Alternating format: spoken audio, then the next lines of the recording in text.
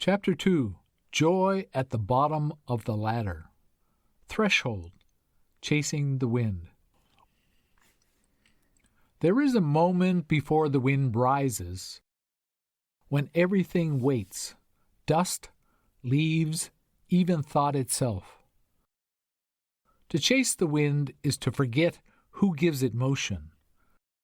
To be carried by it is to remember who you are. The pause. Before you begin, remember your last fall. The step that gave way was not the end of your climb. It was the hand of wisdom showing you how to fly. Then I considered all that my hands had done and the toil I had spent in doing it, and behold, all was vanity and a chasing after the wind. Ecclesiastes 2:11. There is a kind of exhaustion that feels like truth. It comes at the top, when the air is thin and there is nothing left to reach for. Solomon called it vanity. We might call it mercy. We might call it the mercy of emptiness. For a time, we all believe the climb will save us. If we can rise high enough with knowledge, success, virtue, or approval, we imagine we will finally see clearly. But each rung only lifts the fog a little higher.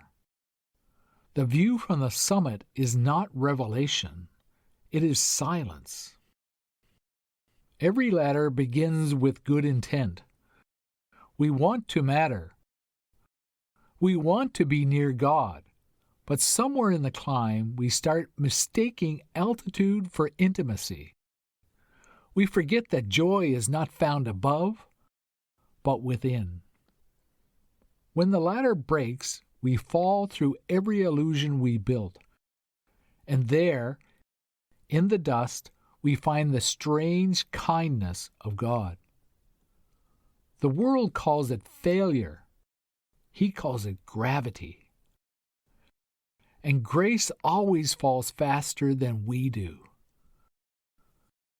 The teacher once looked down from the height of wisdom and saw only futility. Jesus looked down from the height of heaven and saw us. Then he descended, every rung, every sorrow, until his feet touched our soil. He did not despise the bottom. He made it holy. It's hard to rejoice when the ladder splinters beneath you. Perhaps that is where the rejoicing begins, not in the strength to climb again, but in the stillness that comes when striving ends. The angels sang, "Glory in the highest," but the child who was their glory lay in straw. Joy came down. To live under the sun is to climb for meaning. To live in the sun is to be lifted by it. One is toil, the other is breath. Solomon's laughter turned bitter because he saw the futility of all achievement. Christ's laughter is different, soft, resurrected, childlike. It rises from the dust of our undoing. It is the sound of God enjoying being with us at last. The bottom of the ladder is not the end. It is the beginning of everything real.